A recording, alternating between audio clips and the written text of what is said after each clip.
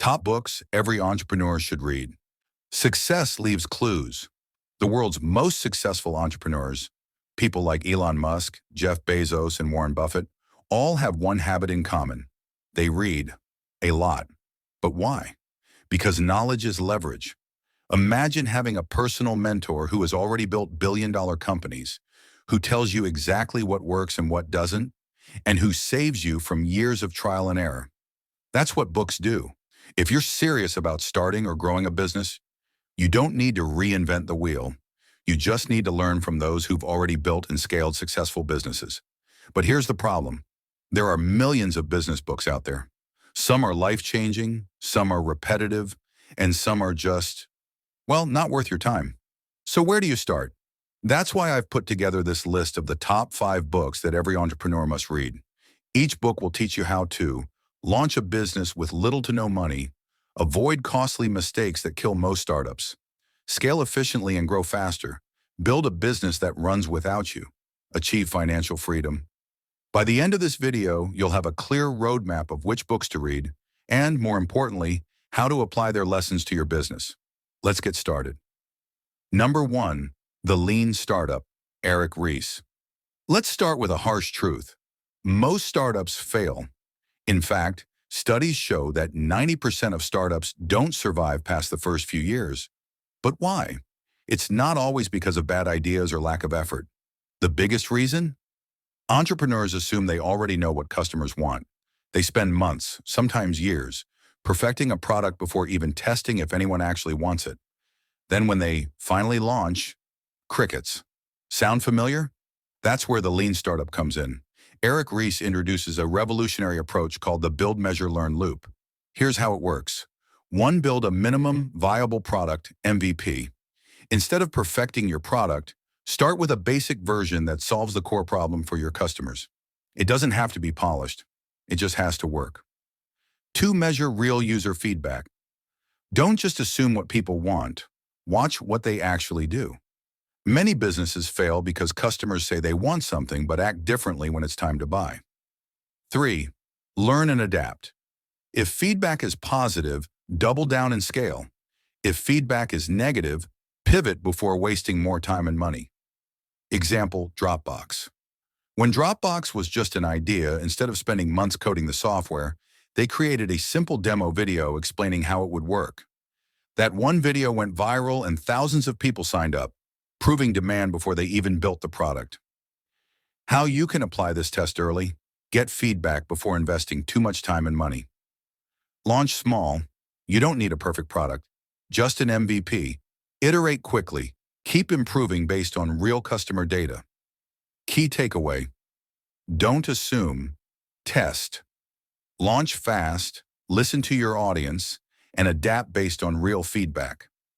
The $100 Startup, Chris Guillebeau. Think you need thousands of dollars to start a business? Think again. Chris Guillebeau's The $100 Startup proves that money isn't the real obstacle, it's the lack of action. This book is packed with real-life case studies of people who built 6-figure businesses with less than $100. Example, Benny Shu. Benny was just an ordinary guy working in a restaurant when he discovered print on demand. With no inventory, no shipping costs, and no upfront investment, he started an online t-shirt business. His first designs flopped, but he kept tweaking them. Then one day, boom, he found a winning design. Within 5 months, he made $100,000. How can you apply this? Start small. You don't need millions, just an idea. Test fast. Try multiple ideas and see what sticks. Leverage online tools. Print on demand, dropshipping, and freelancing platforms can help you start with minimal investment. Key takeaway: you don't need big money to start, just the right idea and the courage to take action. Real-world application of these lessons. Now that we've gone through the top books every entrepreneur should read, let's talk about how to actually use these ideas in your business. Reading alone won't make you successful. Execution is everything.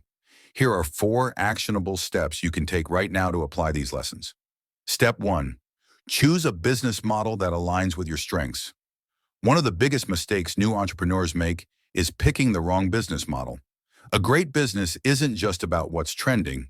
It's about what fits your skills, passions, and long-term vision. Are you creative?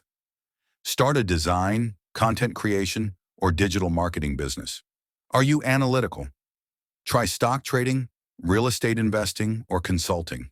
Are you a problem solver? Build a tech startup or an automation-based business. Pro tip: if you don't know what business to start, the $100 startup teaches you to look at what people already ask you for help with. That's where your most valuable skills are. Step 2. Focus on customer needs, not just ideas. The lean startup showed us that businesses fail when they assume instead of testing. So before spending months developing a product or service, ask yourself, are people actively looking for a solution to this problem? Are they willing to pay for it? Can I solve it faster, better, or cheaper than competitors? Pro tip: use Google Trends, Reddit, and Facebook groups to see what problems people are complaining about. That's free market research. Step 3. Create systems to scale your business. In the E-Myth Revisited, we learned that successful entrepreneurs don't just work hard, they build systems that allow them to scale. How to do this? Document your processes. Write down the steps you take to get results so you can delegate them later. Automate repetitive tasks. Use tools like Zapier, Trello, and AI assistants to free up your time. Build a team. Even if you start small, outsourcing basic tasks can help you focus on growth. Pro tip: if your business can't run without you, you don't own a business. You own a job. Step 4. Use the 80-20 rule to work less and earn more in the 4-hour workweek. Tim Ferriss explains the 80-20 rule. 80% of results come from just 20% of your efforts. Most entrepreneurs waste too much time on low-impact tasks. Instead, focus on high-value clients who generate the most revenue, marketing strategies that bring the best ROI, scaling what already works instead of chasing new ideas. Example: a freelance business. Instead of taking 10 $100 clients, find one $1,000 client who values your work more and requires less effort. Pro tip: every week, write down all the tasks you worked on. Then ask yourself, which ones actually made money? Which ones wasted time?